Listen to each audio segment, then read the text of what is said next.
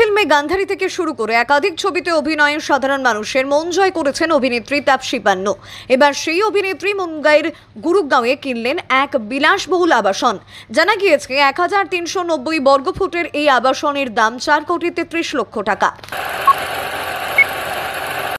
এবার বলিউডে ছবি বানাতে চান হলিউডের কিংবদন্তি টম ক্রুজ। টম ভারতীয় সংস্কৃতি, সিনেমা এবং মানুষের প্রতি ভালোবাসা থেকেই কথা জানিয়েছেন।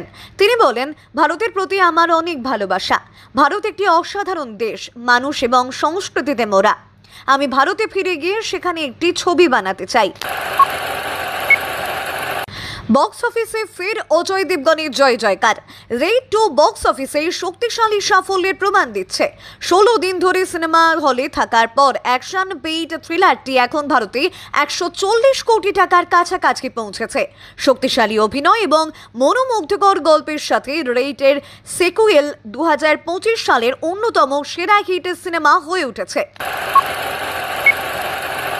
প্রথম দিনে বক্স অফিসের সাফল্য। ভৌতিক ছবি ফাইনাল ডেস্টিনেশন ব্লাড লাইন্স প্রথম দিনগুলিতে ভারতীয় বক্স অফিসে দুর্দান্ত সাফল্য দিয়েছিল, কিন্তু দ্বিতীয় দিনে 10 কোটি রুপি আয় করতে ব্যর্থ হয়েছিল। শুক্রবার আনুমানিক 5.3 কোটি টাকা আয় করেছে। বৃহস্পতিবার মুক্তি পাওয়া এই ছবিটির প্রথম দিনেই 4.5 কোটি টাকা আয় করে, যার ইংরেজি সংস্করণটি 2.5 কোটি টাকা আয় করে। এরপর হিন্দি ডাবিং থেকে 1.5 কোটি রুপি এবং তামিল ও তেলুগু সংস্করণ থেকে অতিরিক্ত 50 লক্ষ রুপি আয় করে। 17 মে টলিউডের অভিনেত্রী কৌশানী মুখোপাধ্যায়ের জন্মদিন।